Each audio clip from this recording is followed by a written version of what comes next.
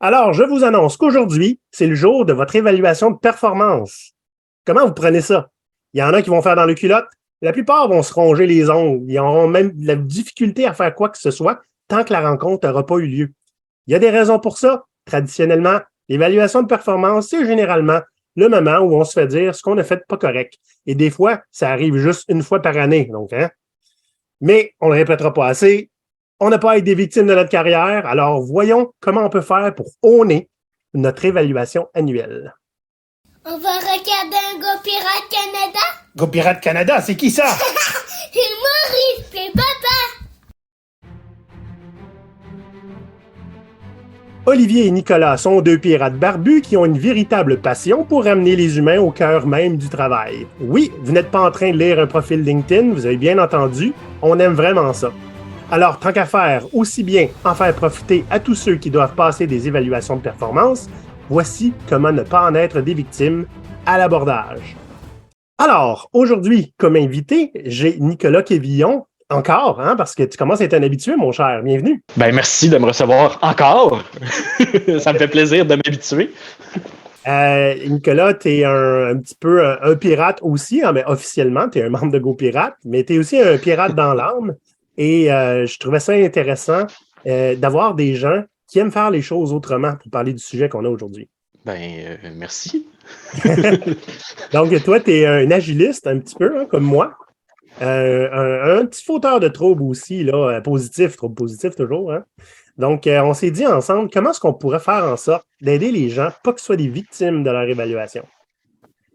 Puis, pour ceux, rapidement, pour ceux qui ne sont pas au courant, Nicolas ici, parce que Maurice est en arrêt de maladie prolongée. Donc, comment tu vis ça, toi, mon Nicolas, des évaluations de performance? Ben là, je viens d'apprendre que mon évaluation de performance était aujourd'hui avec toi.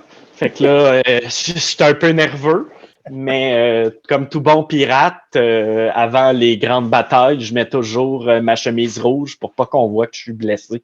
Ah, Puis bon. aujourd'hui, je vais mettre aussi mes culottes brunes. Donc, tout va bien aller.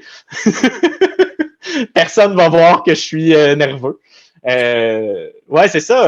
Mais moi, je ne suis pas un expert en évaluation de performance. Par contre, un peu comme tu l'as bien dit, quand tu es un peu pirate dans l'âme, ce que tu vas faire, c'est que tu vas essayer de faire de l'anti-sabotage du navire. Alors, tu vas discrètement essayer d'améliorer la chose en essayant d'en faire un peu plus. Puis, des fois, le meilleur moyen d'avoir du leadership, c'est de suivre. Puis dans mes entrevues de performance, j'ai essayé de faire ça un peu. Puis je suis quelqu'un qui fait beaucoup trop d'introspection. Donc, généralement, j'ai des évaluations de performance qui me mettent beaucoup à nu. Et j'ai jamais, surprenamment, été trop pénalisé pour ça. Donc, j'ai été très clair dans plein de choses. Fait que je me suis dit, ça me ferait vraiment plaisir d'en parler avec toi aujourd'hui. Donc, je suis là pour ça. C'est bien gentil.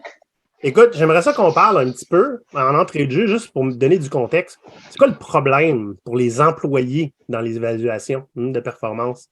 Et le plus gros, je veux dire, c'est pas la première fois qu'on le dit, et je pense qu'il faut qu'on le répète, là, c'est que la plupart du temps, ces évaluations-là sont annuelles. Puis quand c'est annuel, ben, ça veut dire, qu'est-ce que ça veut dire, tu sais? Tu n'as pas vraiment le temps de réagir, tu n'as pas vraiment le temps de t'adapter. Puis le feedback qu'on te donne, hein, des fois, il date de 8 mois. Oui, puis c'est ça aussi le problème majeur, hein? Surtout quand tu apprends une chose pour la première fois à ton évaluation. Tu n'avais eu aucun indice et ça s'est produit il y a 8 mois. Je pense que quiconque a eu des mauvaises évaluations s'est fait jouer ce tour-là. Et on va avoir des trucs pour ça. Ouais.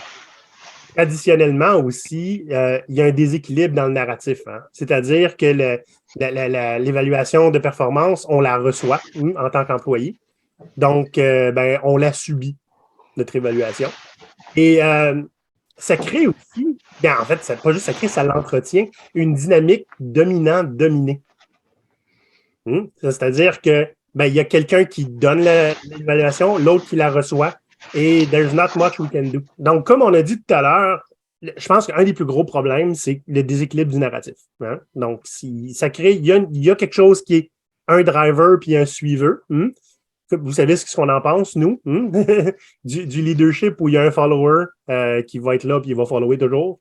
Donc, l'idée étant, on va vous montrer aujourd'hui comment prendre un petit peu votre propre leadership en main, puis faire en sorte que de reprendre en main, en fait, votre narratif pour votre évaluation de performance. Puis, Olivier, je veux juste ajouter, tu sais, on n'est pas dénué, je pense, d'empathie envers les gestionnaires qui sont dans des situations pas faciles où, ben, dans le fond, ils se font exiger justement une évaluation annuelle seulement, puis qu'il y a une narrative comme ça de dominant-dominé, tout qui est comme un petit peu dilué dans toute l'entreprise et tout. Fait qu'on va aussi éventuellement, je pense, avoir quelque chose qui va s'adresser plus aux gens qui sont pris dans une position comme ça pour essayer de faire de l'évaluation quelque chose qui est plus collaboratif puis qui peut faire grandir tout le monde, pas juste la personne qui est évaluée, je pense. Là. Exact. Oui. Aujourd'hui, on parle vraiment, on s'adresse à ceux qui sont évalués. Puis on va faire un autre épisode qui va être la semaine prochaine à ceux qui évaluent. Donc, on va faire progresser tout le monde là-dedans. Avant de se lancer dans le plus profond de la discussion sur le sujet, j'aimerais vous rappeler que cet épisode est rendu possible grâce à tous nos membres Patreon, que vous pouvez voir les noms en bas ici.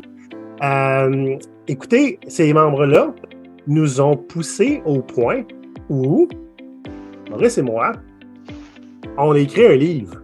Là, je n'ai deux dans les mains, pour ceux qui sont sur YouTube. Hein? La version softcover, la version hardcover. On en a parlé la semaine passée dans le dernier épisode sur comment publier et socio-financer un livre. Ben, je l'ai reçu. Donc, ça, c'est les épreuves. Elles ne sont pas parfaites. Et ça veut dire que on va faire des petits correctifs. On va recevoir une seconde série d'épreuves. Et après ça, si on est content, ça s'en va direct chez ceux qui l'ont acheté. Donc, ce livre-là, ben, tant qu'à être là, hein, comment réveiller le pirate en vous puis reprendre le contrôle de votre narratif, c'est plein de trucs pour faire exactement ce qu'on va vous raconter aujourd'hui. OK? C'est essentiellement pour reprendre le contrôle, pas être une victime de votre carrière, pas juste de votre évaluation annuelle, de votre carrière au grand complet. Il y a de l'impact au pied carré puis de la valeur au pied carré dans ce livre-là. On a rentré dans 200 pages un paquet de concepts qu'on parle pas mal tout le temps, mais surtout, on vous raconte comment l'appliquer. Donc, le manuel pirate, vous pouvez aller voir sur gopirate.com. En ce moment, disponible en PDF seulement, mais dans quelques semaines, ça va être en version physique que vous allez pouvoir le commander. Donc, commençons cette discussion. Là, on a des trucs pour les employés nécessairement, puis on parlait de perte de narratif. Donc, tout ce qu'on va parler à partir de maintenant, c'est comment se le réapproprier de certains moyens. Je parlais avec des gens récemment qui m'ont demandé la question, puis c'est pour ça que j'ai eu l'idée de faire un épisode là-dessus. J'ai une évaluation qui s'en vient. Comment je fais, même si ça a bien été dans la dernière année ou dans les derniers mois, pour en sortir et rester en contrôle un petit peu de ce qui se passe et de ce qui va se passer par la suite. Le premier affaire que je vais vous donner comme truc, puis c'est le plus simple parce que je l'ai fait pendant un bon bout de temps. En fait, il faudrait que je le fasse plus souvent en général. Même si j'ai un petit peu moins d'évaluation annuelle, étant consultant maintenant, c'est tenir un carnet de bord. C'est pas difficile à faire, en fait. Tu sais, je veux dire, tu prends-tu des notes des fois, toi, Nicolas? Absolument. J'ai le bon vieux format digital, ou pas. Mais tout le temps un. D'ailleurs, ça, c'était le sujet d'une de mes revues de performance. Je suis pourri, je suis pas artistique du tout. Donc, en dessin et tout. J'ai appris une technique, notamment une année, j'ai suivi des formations sur le sketchnoting. Fait que ça, c'était un des objectifs suite à mon évaluation de performance. Fait que maintenant, je suis un peu moins médiocre. Puis l'autre chose aussi, c'est moi, j'aime beaucoup le tableau Kanban. Alors, un mur ici, qui, ben là, vous pouvez pas le voir, mais il est... puis je voudrais pas trop le montrer. Il y a peut-être des choses qui sont entrées avec mon emploi actuel, donc je ne veux pas des choses confidentielles, mais j'ai toutes des choses qui sont à faire en cours et qui ont été complétées. Puis, ben, je prends des notes Puis ben, j'ai de l'air de tout savoir qu'est-ce qui se passe tout le temps parce que je sais gérer des post-it, en fait.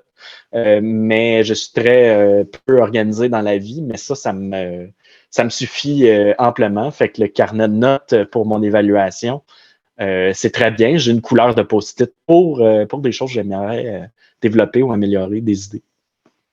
La plus grosse difficulté avec avoir un carnet de bord, là, c'est pas de prendre des notes parce que tout le monde est capable de le faire, c'est d'avoir la discipline de les prendre en continu.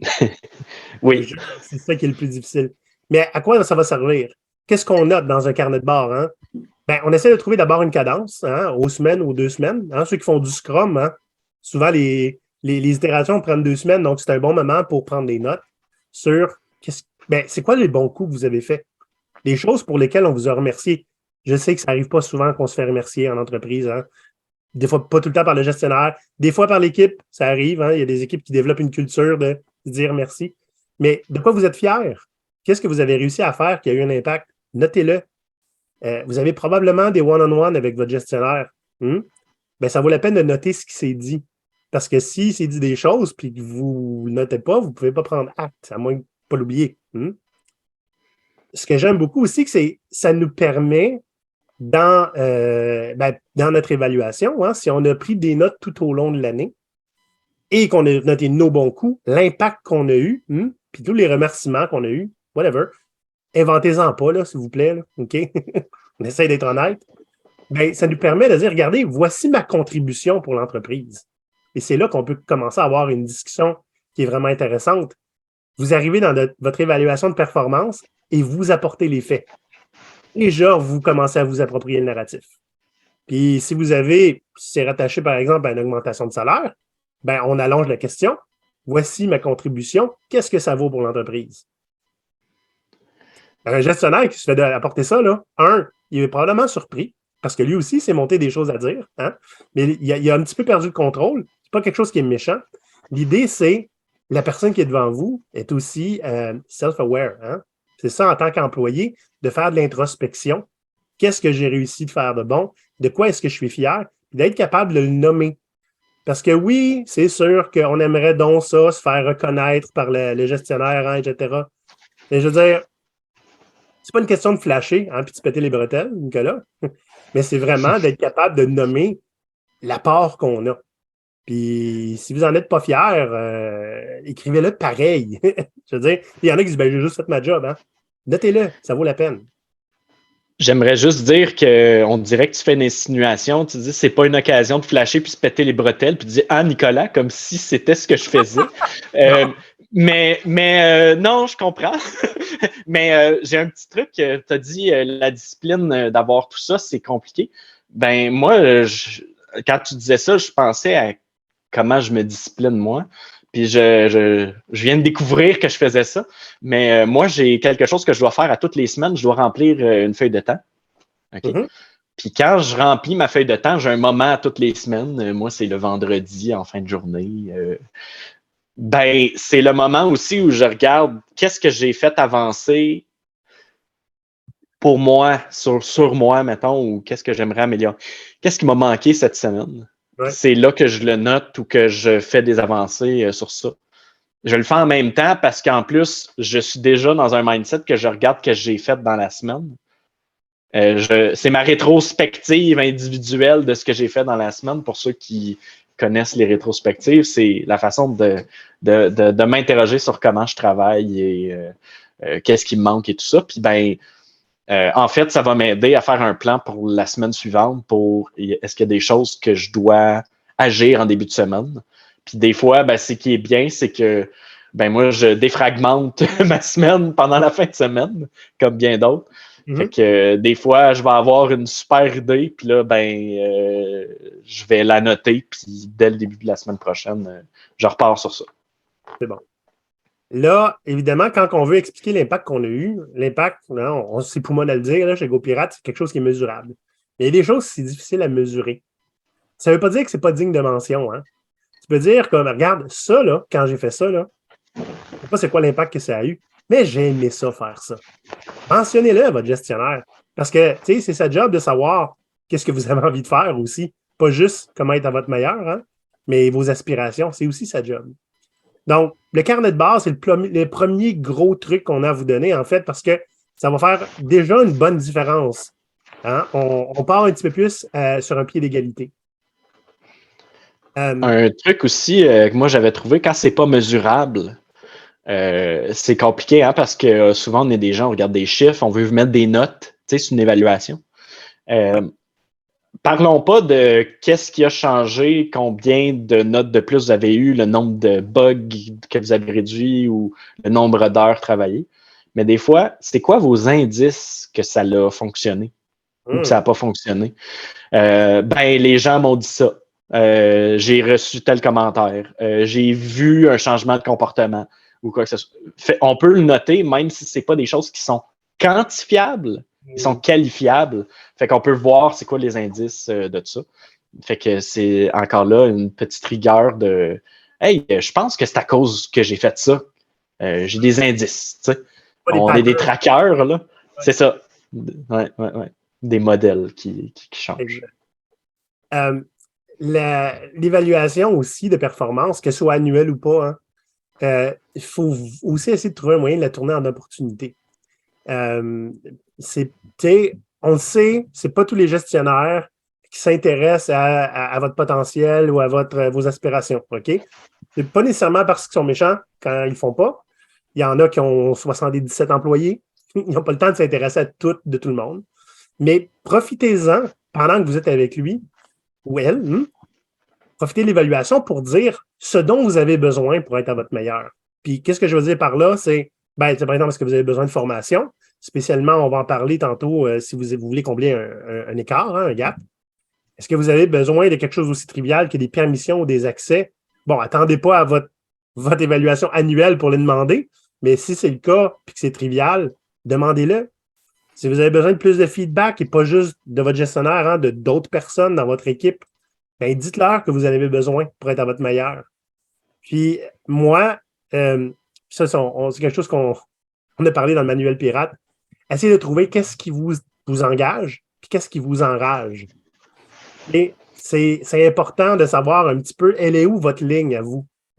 La ligne qu'on doit dépasser pour que vous soyez engagé et la ligne qu'on doit dépasser pour que vous soyez enragé. Qu'un gestionnaire sache ça peut faire toute la différence aussi. Puis quand je dis ça, moi, j'ai pris l'habitude de Nicolas de faire ça quand je prends les mandats. Première affaire, le premier jour, OK? Voici ce que j'ai besoin pour être à mon meilleur. En fait, tu peux même le faire en entrevue si tu veux. C'est quelque chose comme moi, là, ça me prend 4 sur table. Pas besoin de tourner autour du pot. Là, il faut qu'on me dise exactement ce qu'on attend de moi. Je vais trouver moyen de me rendre là après. Puis, qu'est-ce qui m'enrage ou qu'est-ce qui me désengage? Hein? Ben, si je suis là pour être un gestionnaire de rapport à la semaine longue, je vais m'en aller vite. Ça, je le dis tout de suite. Fait que si c'est un problème, on peut en parler là. Pas quand ça va être un problème. T'sais? Donc, essayez tout de suite d'être très upfront avec vos attentes pour la prochaine année ou le prochain cycle d'évaluation.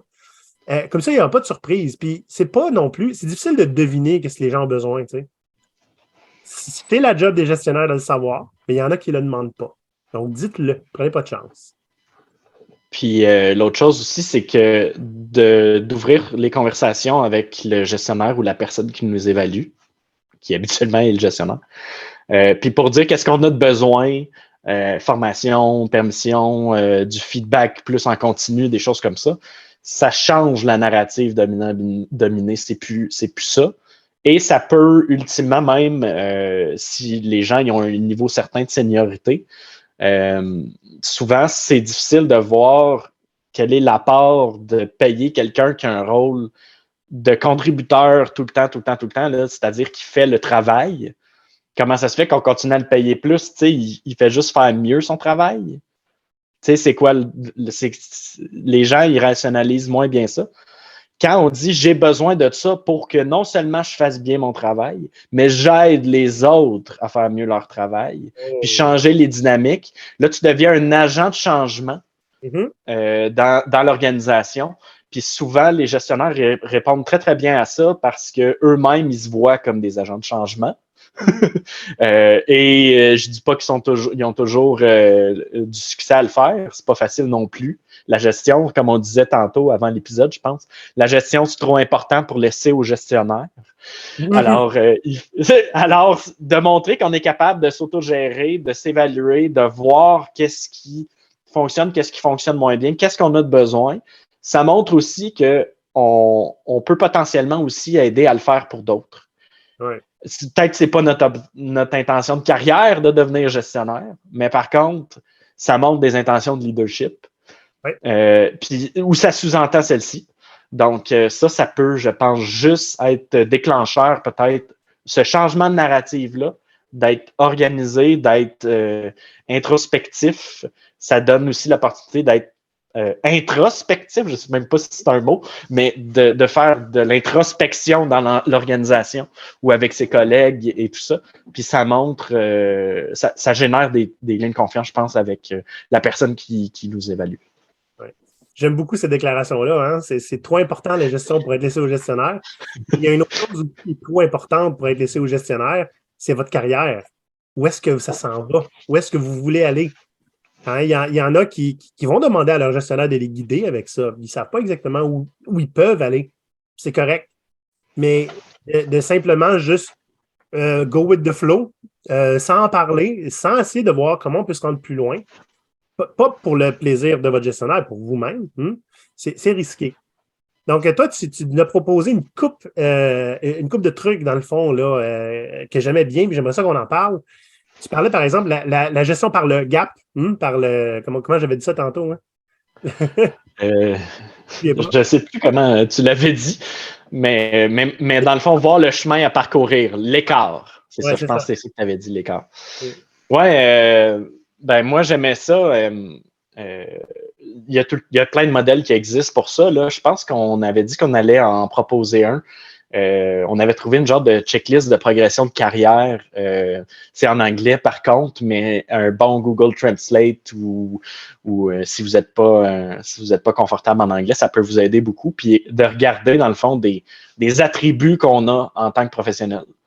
Généralement, le modèle qu'on propose, il se décline en 4 attributs. Il y a la capacité technique à faire le travail. Il y a un peu la force qui est...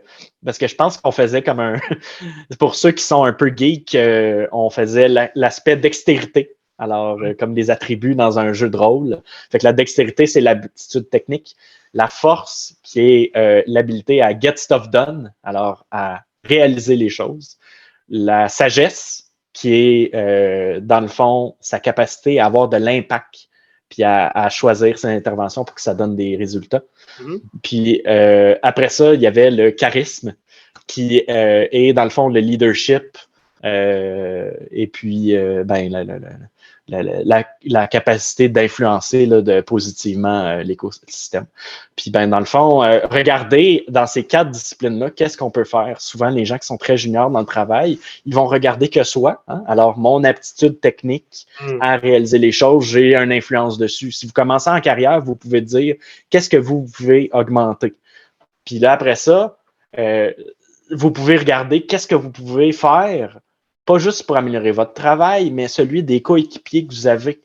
Ça, c'est comme l'étape d'après. Après ça, les autres équipes. Après ça, l'ensemble de l'unité d'affaires. Après ça, toute l'organisation potentiellement. Choisir une initiative qu'on voudrait améliorer dans la façon dont on travaille dans toute l'organisation.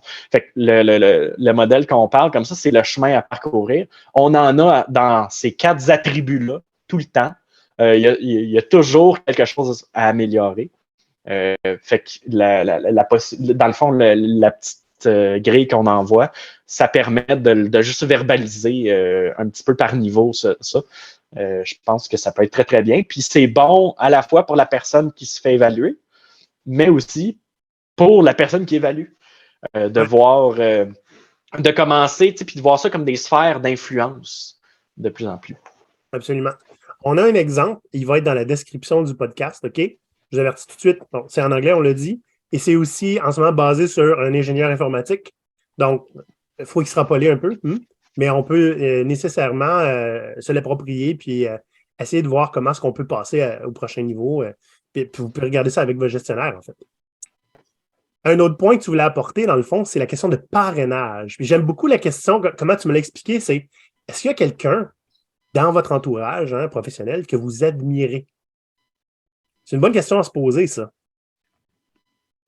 C'est des fois pour sa rigueur, sa proactivité, juste parce que des fois, c'est quelqu'un que c'est tout un cerveau. Puis vous aimez ça peut-être calquer sur ce que la personne a fait, ça se peut.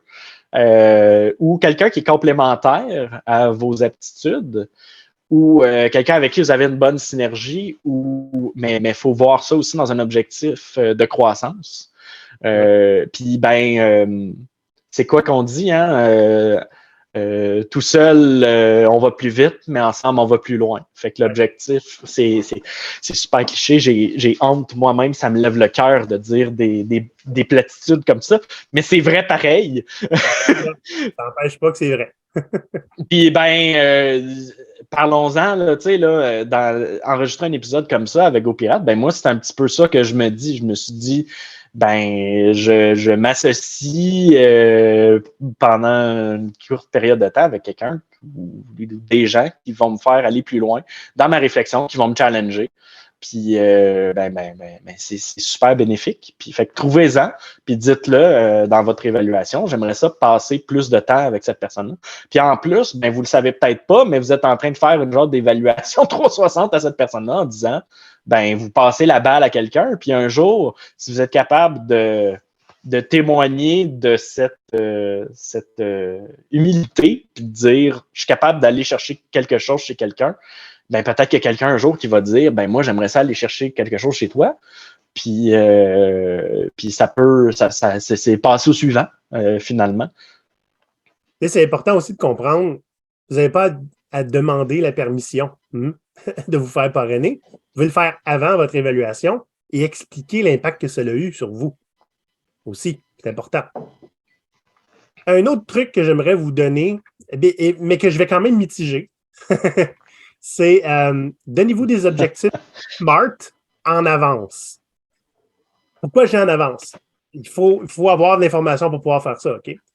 Attends, Olivier, c'est quoi ça, SMART? Ah, SMART, t'es tannant. Ah, oui, je vais le définir. C'est vrai, si vous n'avez pas déjà entendu ça, c'est des objectifs qui sont un petit peu plus affinés que j'ai envie de faire ça. OK? Donc, c'est évidemment un petit truc mnémonique pour se souvenir des 5 dimensions de ces objectifs-là. C'est en anglais. Small, il faut que ce soit un objectif qui est faisable puis qui est assez petit pour qu'on puisse le faire en une période de temps qui n'est pas trop longue. Je veux dire, c'est un objectif sur 6 ans. C'est peut-être un petit peu gros. Mesurable, M pour mesurable. Donc, on soit capable de voir la progression ou l'impact. A pour atteignable en français ou achievable. Fait que faut que ça soit dans la mesure du possible, puis être capable idéalement de dire comment on va le faire. R pour, ça dépend à qui tu parles, mais résonant, en quoi c'est intéressant de faire ça? Qu'est-ce que ça va apporter à vous, à l'entreprise? Et T pour time bound, donc qu'on peut faire, puis qu'on peut donner une idée de quand est-ce qu'on va avoir fini. OK? Donc, je ne donnerai pas beaucoup d'exemples parce qu'il y en a une trollée. Vous avez juste à chercher Objectif Smart en ligne, vous allez trouver. Mais l'idée, c'est qu'un jour, j'avais un gestionnaire qui me dit pensez à ce que vous voulez accomplir, puis on va faire notre rencontre d'évaluation. Et moi, je suis allé lui demander toi, tu as besoin de quoi de la part de nous en tant qu'équipe? J'étais Scrum Master, fait que je pose ces questions-là souvent. Il m'a donné sa vision. Donc, je lui ai apporté 3-4 objectifs SMART que j'ai fait pour moi. Fait que j'ai dit, voici l'impact que je veux avoir. Qu'est-ce que ça va donner de faire ça? Comment je vais le mesurer? En quoi c'est intéressant pour l'entreprise? En quoi c'est possible? Puis, à quelle date je compte avoir fini? Il me dit, mon Dieu, j'ai rien à faire. j'ai rien à faire. Signé. Voilà, approuvé. Vas-y. Bien évidemment, c'était pour la portion est-ce qu'il s'en vient? Donc, évidemment, quand il me dit j'accepte ça, on s'est entièrement concentré sur le feedback qu'il va me donner. mais tout pour ce qui était la suite, j'étais en contrôle. Et c'est ça que j'ai beaucoup apprécié. Fait que je dis ça assez généralement aux gens, là. Laisse pas ton gestionnaire te donner tous les objectifs, propose-lui-en pour toi. Puis montre-lui en faisant ça smart que ben, tu y as pensé, hein? Puis tu as bien réfléchi à comment tu approches ça. Là, tu m'avais parlé, quand on avait parlé là, avant l'épisode de l'objectif SMART, tu m'avais parlé d'une anecdote du canard que j'ai trouvée très intéressante. Est-ce que tu peux développer un petit peu? Ouais, ben dans le fond, mon anecdote, c'est l'anecdote pour les gens qui vivent dans une dystopie. Alors, là, maintenant, on va assumer que vous êtes dans un contexte extrêmement défavorable. OK? Fait que, il y a comme une histoire, puis il y a un truc. Le premier, c'est, disons que vous êtes justement dans un monde vraiment, vraiment pas facile, où votre gestionnaire, quand dans ton exemple, tu as dit « j'ai fait des objectifs SMART », et là, mon gestionnaire a dit « mais j'ai rien à faire ». Ouais. Ben, il y a des gens qui n'ont pas cette humilité de dire « tu as fait un très, très bon travail et tu te connectes très bien ». Ils vont se sentir coincés, puis ils vont dire ben là, il a comme fait tout le travail, j'apporte rien. Puis ils vont vouloir absolument sortir des choses et tout. Ouais. Puis c'est généralement comme ça aussi que ça se produit des situations où vous entendez un feedback négatif pour la première fois dans votre évaluation. Moi, ça m'est déjà arrivé. J'ai déjà eu un feedback négatif qui remontait à plus de 9 mois. Et c'était la première fois que j'entendais parler. Puis c'était un gestionnaire qui, à micro fermé, avait dit ça à un autre. Puis au mien, en fait. Et puis, ben, j'avais jamais eu de feedback comme ça. Alors, moi, j'ai immédiatement ma réaction, comme à ce moment-là. Premièrement, moi, je l'ai dit, je fais trop d'introspection. Je me sentais mal, hein, parce qu'on n'aime pas ça, se faire. Puis là, ça sort, puis là, on est comme pas prêt, on est déjà dans un moment de vulnérabilité parce que, ben, on se fait évaluer. Puis où on s'est évalué, ça dépend comment on le voit. Puis là, ben là, mon gestionnaire m'a sorti ça. Alors, comme je disais, j'avais ma chemise rouge et mes culottes brunes. Alors, j'ai tout simplement dit, j'aurais aimé vraiment, proche de ce moment-là, savoir, parce que là, il y a beaucoup de temps que c'est écoulé, j'ai pas pu ajuster le tir. Fait que je pense que depuis, peut-être son jugement a changé ou encore, j'aurais pu faire la preuve que c'était pas ça ou revenir sur ça. Mais j'ai été privé de cette opportunité-là. Fait que j'espère que ça sera pas retenu contre moi pour ça parce que là, je veux dire, je vais l'intégrer, mais j'espère que ça influence pas toute la discussion aujourd'hui. Bref. Puis, ben, immédiatement, ben, le gestionnaire, il a fait comme ben, il ne pouvait pas me répondre autre chose que ben oui, tu as raison, je vais te revenir plus souvent et je vais te donner du feedback quand c'est frais. Donc, ça, c'était très bien. Bref, l'anecdote, oui? Excuse-moi, j'allais dire, bref, tu as simplement refusé le feedback qui était offert. Je l'ai refusé. Ouais. Ben, je l'ai refusé gentiment. J'ai pas dit retourne chez vous. Mais voilà. Fait que ça, c'est première anecdote dystopique. Et l'autre, c'est une histoire qui vient d'une compagnie qui s'appelle Interplay. Il y a bien longtemps. Ils développaient un jeu vidéo qui s'appelait Battle Chest. Puis il y avait des gens, pour les plus vieux d'entre nous qui connaissent le jeu, il y a des gens qui avaient un rôle de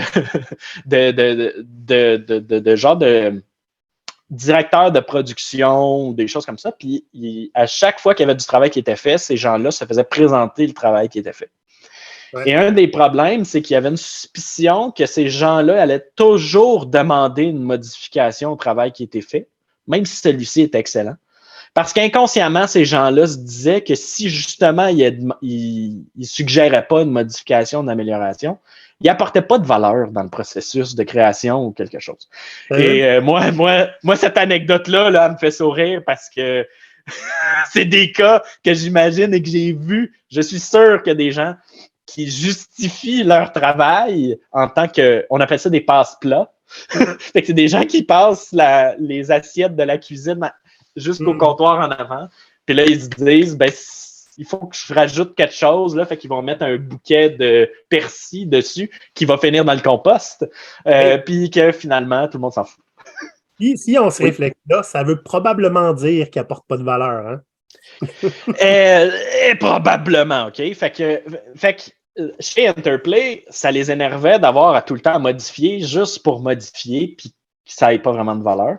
Alors, ils ont essayé la méthode de contre-attaque du canard. Alors, lorsqu'il est venu le moment d'animer, de faire les animations de la reine dans un jeu d'échecs, parce que c'était des petites figures animées dans le jeu, l'animateur a fait toutes les animations et a inclus un petit canard jaune comme animal de compagnie à la reine et s'est assuré que le canard, dans toutes les scènes animées, bougeait et était animé aussi, mais qui n'était jamais par-dessus l'animation de la reine. Vous allez voir pourquoi plus tard. Et puis là, au moment de présenter les animations de la figurine de la reine,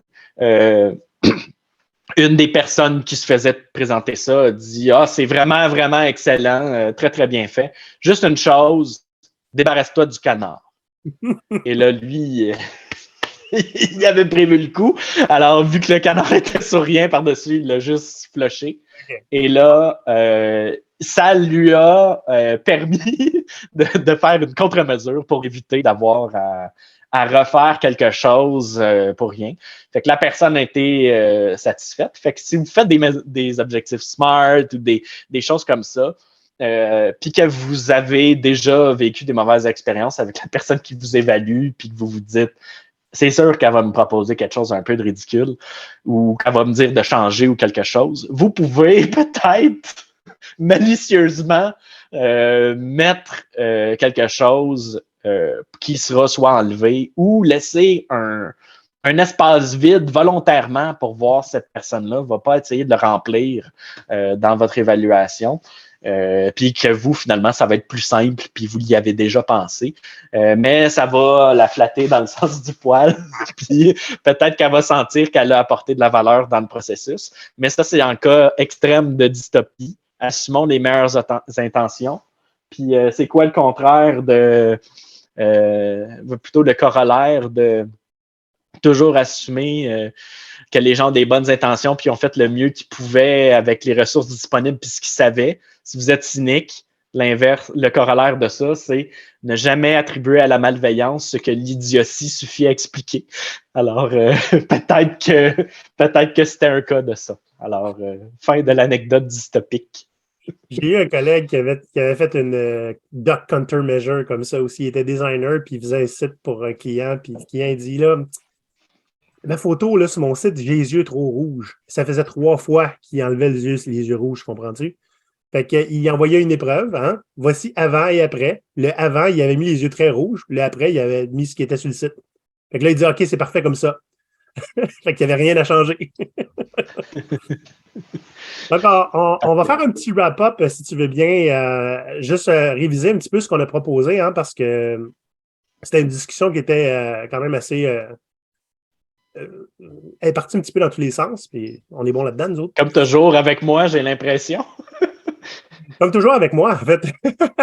Donc, le gros but de tout ça, c'est de s'approprier le narratif. Hein? Donc, tenez un carnet de bord, notez vos bons coups, notez les discussions que vous avez avec le gestionnaire, puis essayez, hein, une fois que vous êtes en évaluation, de montrer la contribution, puis demandez-vous qu'est-ce que ça vaut pour l'entreprise. Profitez de l'évaluation, hein, pour dire qu'est-ce que vous avez besoin pour être à votre meilleur. C'est pas une question d'excellent de l'exiger, mais si on ne le dit pas, il ne faut pas être surpris de ne pas l'avoir. Donc, c'est la job du gestionnaire à partir du moment où il y a l'information de s'assurer que vous avez accès à tout ça. On parlait d'essayer de faire une gestion par l'écart. Hein? Demandez-vous c'est quoi votre prochaine étape. Vous pouvez vous fier au petit modèle qu'on a dans la description. N'hésitez pas à aller chercher du parrainage. Et si vous proposez vous-même des objectifs, vous restez en contrôle au lieu de vous les faire donner. Donc, même si on vous en donne, proposez-vous-en, hein, en échange. Peut-être que les vôtres vont être meilleurs. Ceci dit, nous, on est pas mal autogérés chez GoPirate et Nicolas, donc on n'a pas vraiment d'évaluation de performance. Donc, J'espère qu'un jour, on s'en va vers ce monde-là où on est auto-géré, on est nous-mêmes fiers de ce qu'on a fait ou nous-mêmes pas fiers, hein? Puis on demande à nos collègues comment je peux devenir meilleur. Puis que tu n'as pas besoin de te demander ça toutes les années parce que tu le fais en continu. Ça, c'est mon utopie à moi. Il faut quand même marcher pour pouvoir courir. Puis ben, de se le forcer, de se dire, regarde, on va le faire dans un cadre un peu plus structuré et tout, ça veut pas dire que c'est pas un pas vers cette direction-là. Fait que rendons-le plus humain, rendons-le plus transparent, puis plus un échange. Puis comment nous, on peut se servir nous-mêmes dans une croissance, puis comment aussi la personne qui nous évalue peut le faire.